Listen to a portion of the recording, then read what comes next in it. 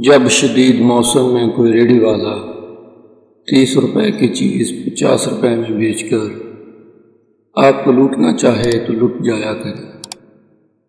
جب کوئی رکشے والا دھوکے سے آپ سے 30 روپے کرایہ زیادہ لے لے تو دھوکہ کھا لیا کرے۔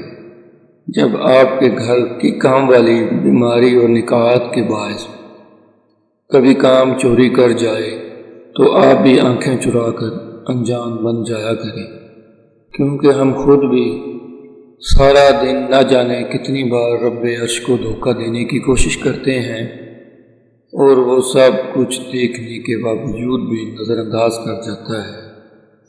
وہ ہم سے اپنی نعمتیں نہیں چھینتا، ہمیں رسوا نہیں کرتا، چھوٹ دے دیتا ہے، عزت رکھ لیتا ہے۔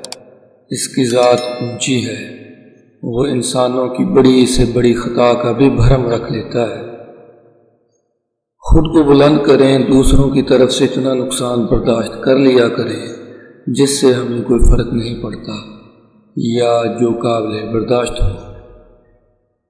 مثلا 50,000 آمدنی والا انسان 150 کی اونچ نیچ برداشت کر سکتا ہے، اسے ہر چھابڑی یا ریڑھی والے سے بحث کرنا زیب نہیں دیتا۔ وہ لوگ بہت عجیب لگتے ہیں جو معاشی لحاظ سے بلند ہونے کے باوجود روپے کے لیے جھگڑ کر خود کو نیچا ثابت کرتے ہیں۔